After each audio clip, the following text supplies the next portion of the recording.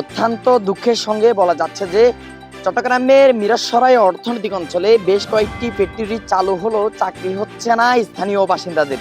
কৃষি নির্ভরে এই অঞ্চলে চাষাবাদ কিংবা পশুপালনের জমির অভাব কিংবা সাগরের মাছ ধরতে না পারা নানা কারণে বেকার হচ্ছে স্থানীয়রা। তবে অর্থনৈতিক অঞ্চল কর্তৃপক্ষ বলছেন স্থানীয়দের চাকরি না হওয়া এটা একটা দক্ষতার অভাব। দক্ষ জনশক্তি গড়ে তুলতে এর মধ্যে উদ্যোগ নিয়েছেন জানান ভেজান। কৃষি নির্ভর এই এলাকার এক সময় অন্যতম কাজ ছিল মাছ শিকার ও পশুপালন করা, কৃষিকাজ করা ইত্যাদি। প্রায় 30,000 একর জমিতে গড়ে ওঠা বিশাল এই শিল্পনগরের জন্য নিজেদের ফসলের জমি দিয়েছেন স্থানীয়রা। আচ্ছা, এখানে একদিন হবে তাদের চাকরির ব্যবস্থা, কিন্তু বাস্তবতা ভিন্ন।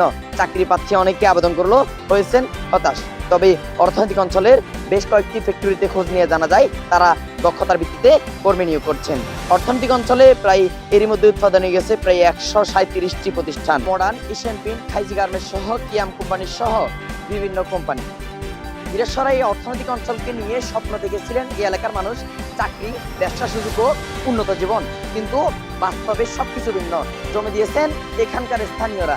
অনেকে নিজের বাড়িঘর হারিয়ে এই অর্থনৈতিক অঞ্চলে কোনো উন্নয়নের সুযোগই পান নাই। তবে অভিযোগ উঠছে বিভিন্ন কারখানায় নির্মাণ কাজে স্থানীয়দের বাদ দিয়ে বাইরের জেলা থেকে লোক আনা হচ্ছে। এতে বেকার হচ্ছে স্থানীয়রা, শিক্ষিত এবং দক্ষ ও যুব সমাজ।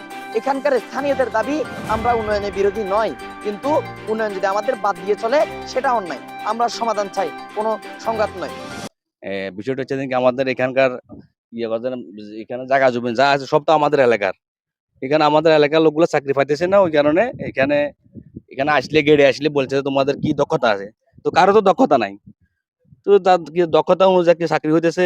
এখন দক্ষতা থাকলেও এখানকার কি স্থানীয় লোকদেরকে কি চাকরি কেউ দিচ্ছে না, যে ওনারা নাকি কি প্রভাব খাটায়, প্রভাব খাটার কারণে চাকরিটা হচ্ছে না। মানে